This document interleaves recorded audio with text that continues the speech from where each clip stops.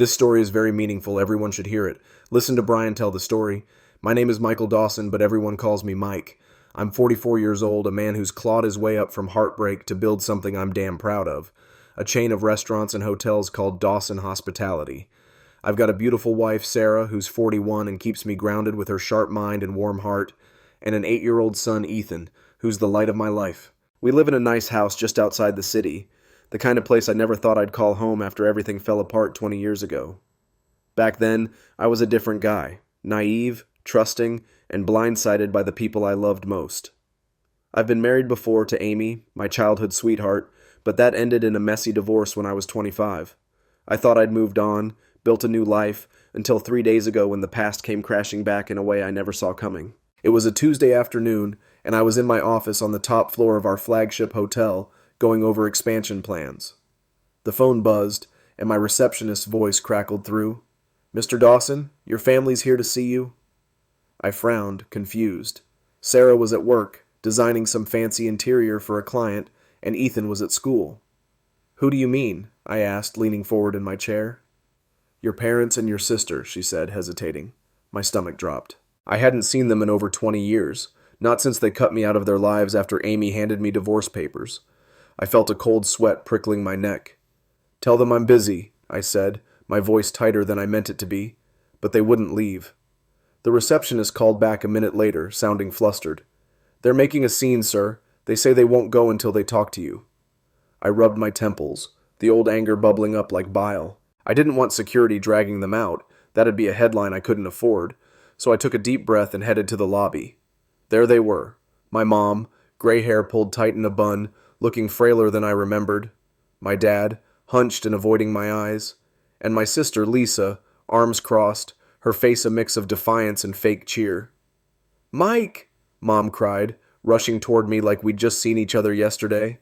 "Look at you, all successful. We saw you on TV." I stood there, frozen, as they swarmed me with praise. "You've done so well," Dad muttered. "We're so proud."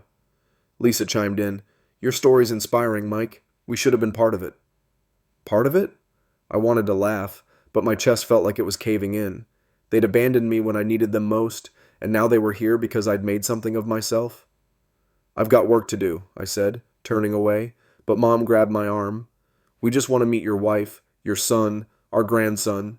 Her voice cracked, desperate. "You should have tried harder to reach us after the divorce," Lisa added, her tone sharp.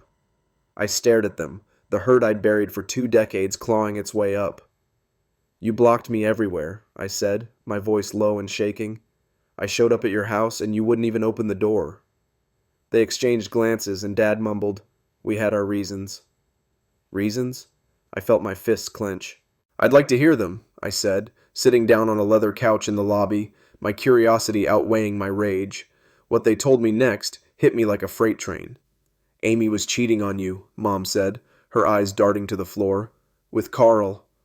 My cousin Carl, the spoiled brat I'd never liked, the one my Uncle Frank always shielded because his mom died when he was a baby. I felt my jaw tighten. "And you knew?" I asked, my voice barely a whisper.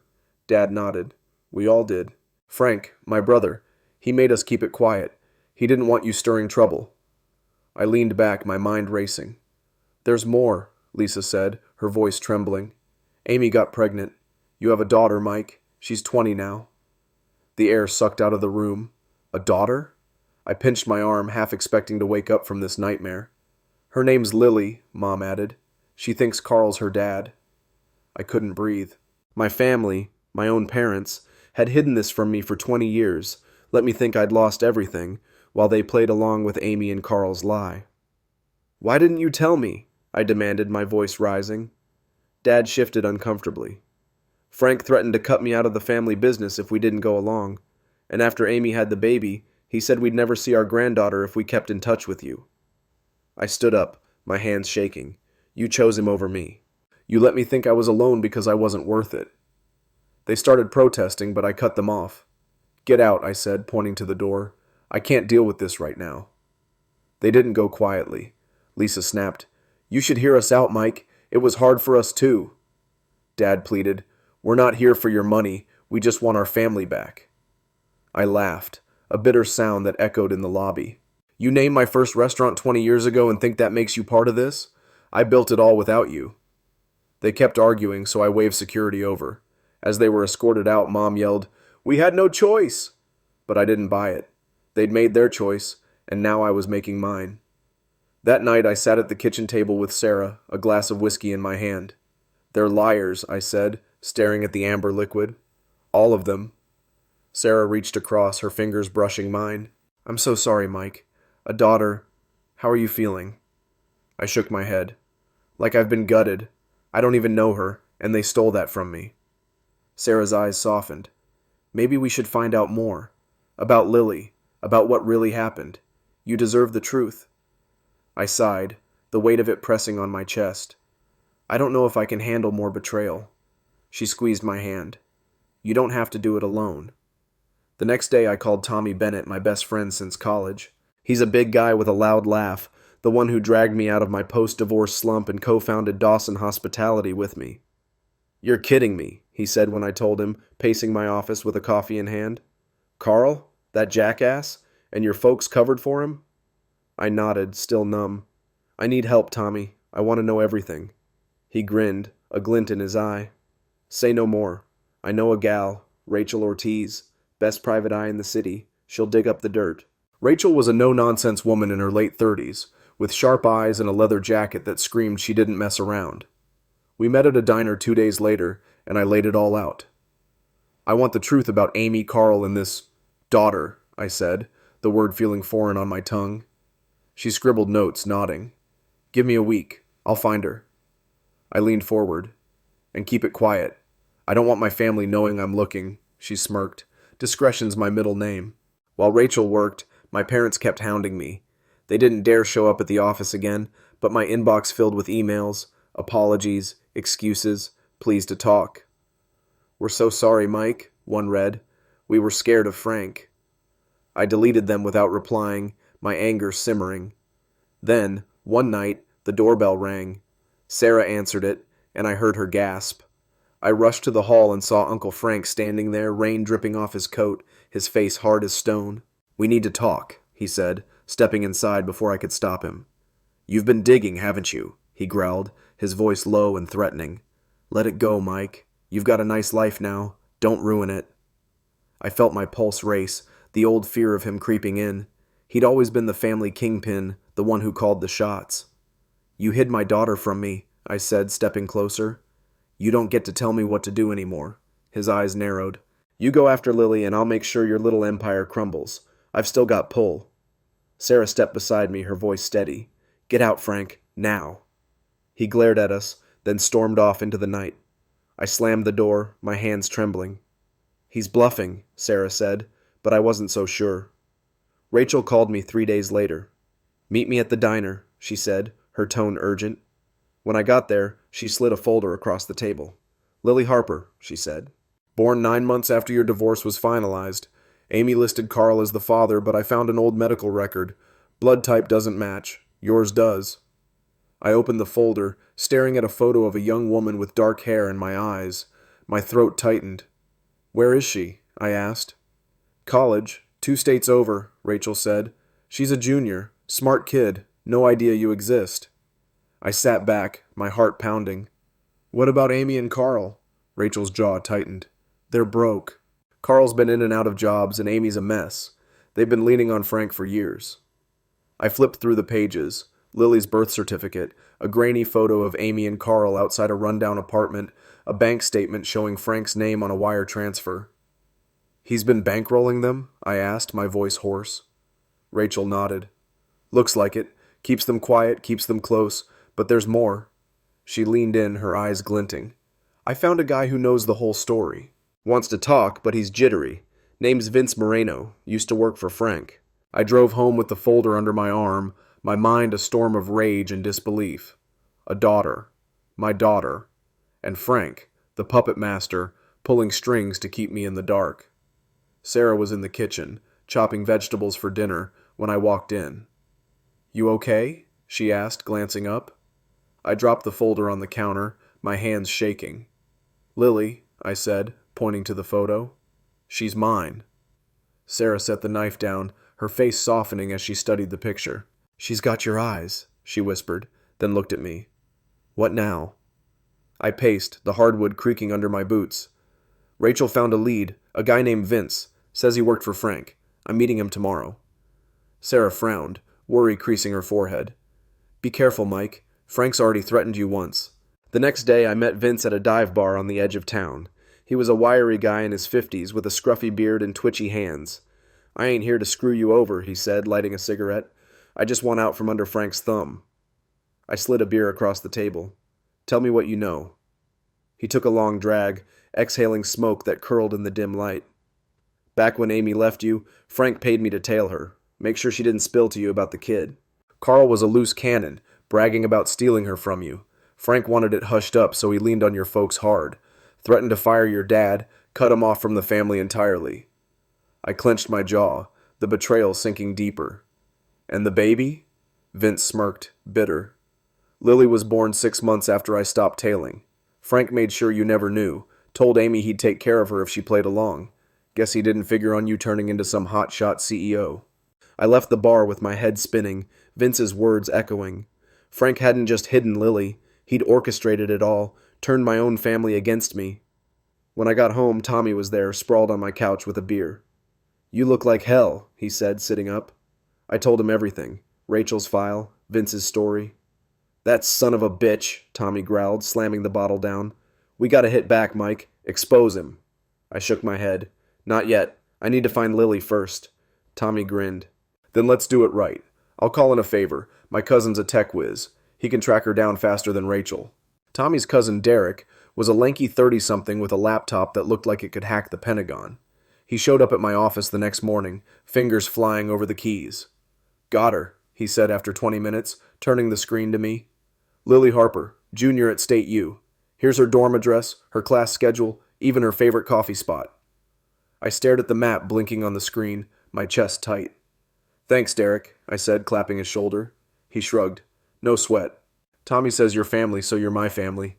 That night I sat with Sarah on our porch, the folder open between us. "I'm gonna message her," I said, pulling out my phone. Sarah nodded, her hand on my knee.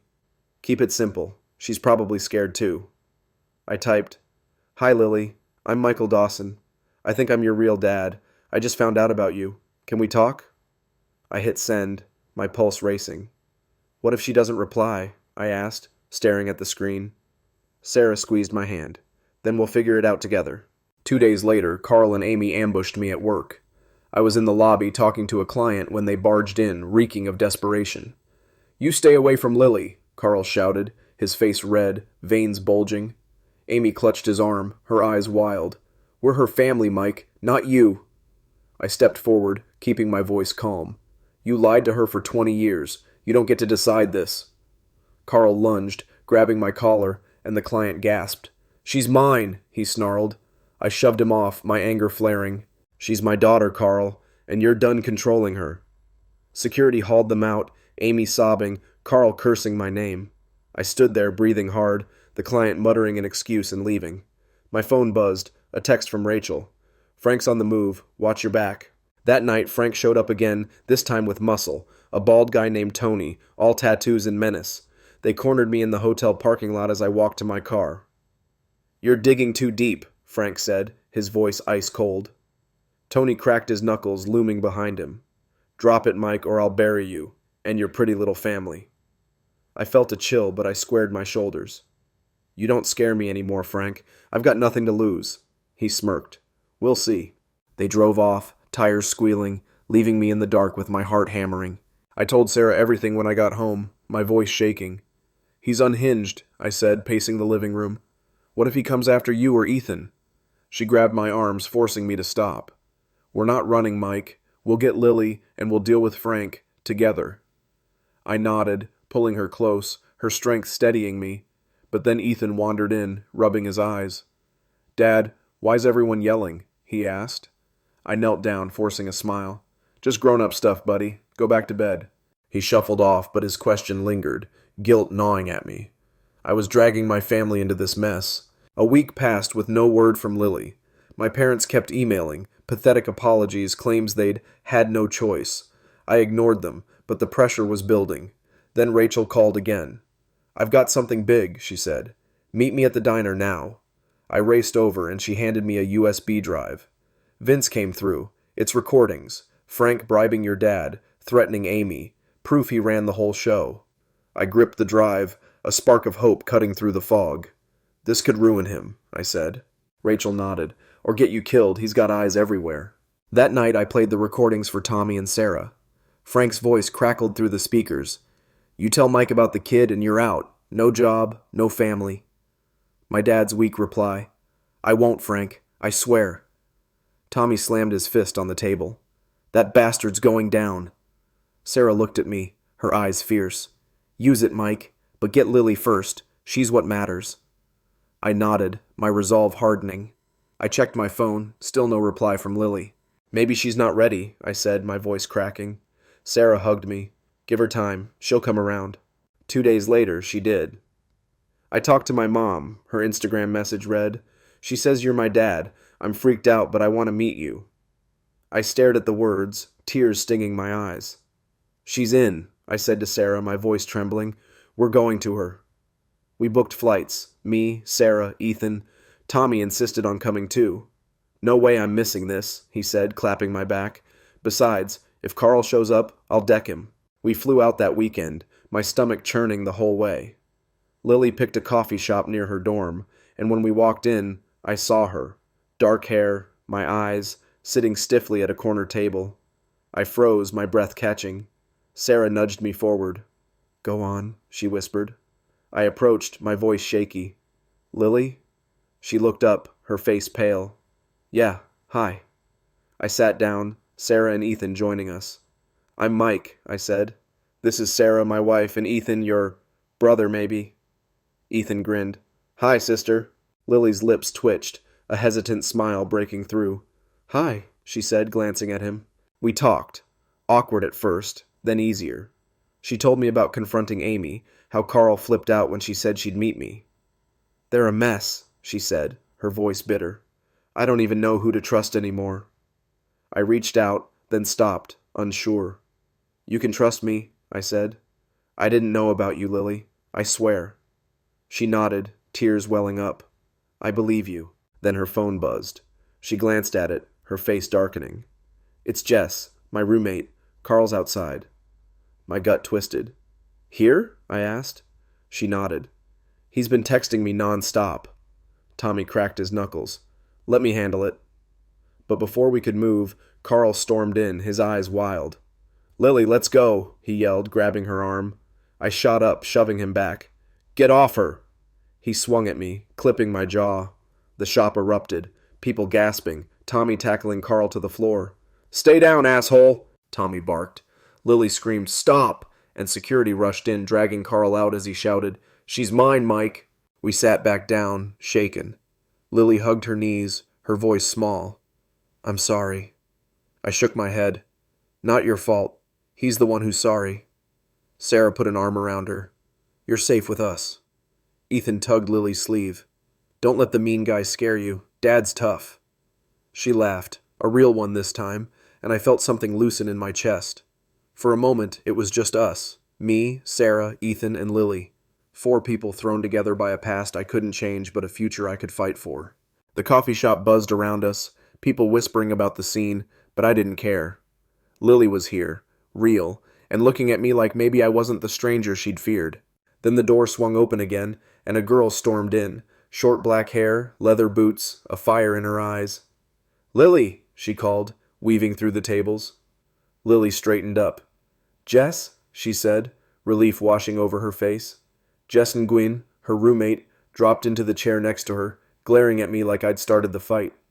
"You okay?" she asked Lily, then turned to me. "Who the hell are you?" I raised my hands. "I'm Mike, her dad." Jess's eyebrows shot up and she looked at Lily. "This the guy you texted me about?" Lily nodded, biting her lip. "Yeah, it's complicated." Jess snorted. "No kidding. Carl's out there screaming like a lunatic. I told campus security to lock him up." Tommy chuckled, leaning back in his chair. "I like her already." Jess shot him a look, then softened when she saw Ethan. "Cute kid," she said, ruffling his hair.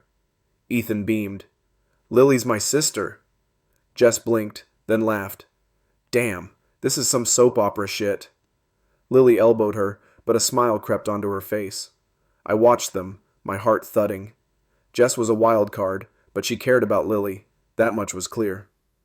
Thanks for looking out for her, I said. Jess shrugged. Someone's gotta. Her so-called parents sure don't. We ordered more coffee, and Lily opened up. I've been fighting with Amy and Carl all week, she said, stirring sugar into her cup. They freaked when I said I'd meet you. Carl keeps saying I owe him, like I'm some trophy he won. Her voice cracked, and I felt a surge of anger. You don't owe him anything, I said, leaning forward. He stole you from me, Lily. They all did.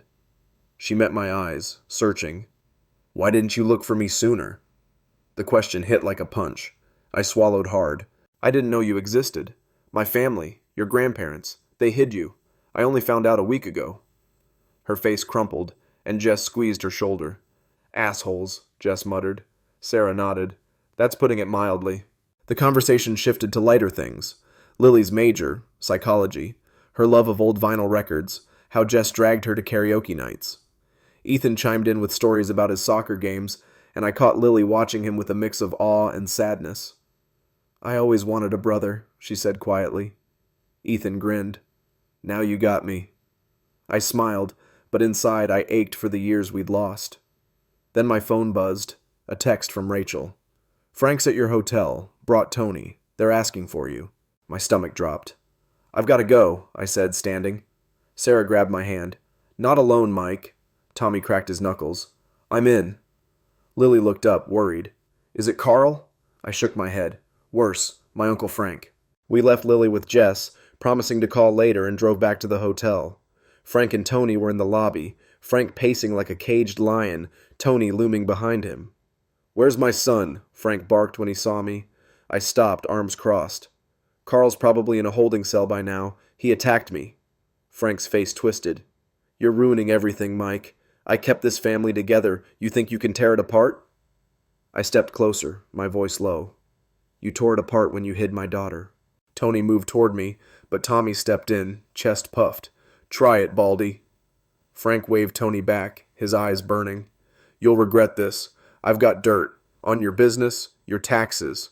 One call, and it's gone. I laughed, cold and hard. Go ahead.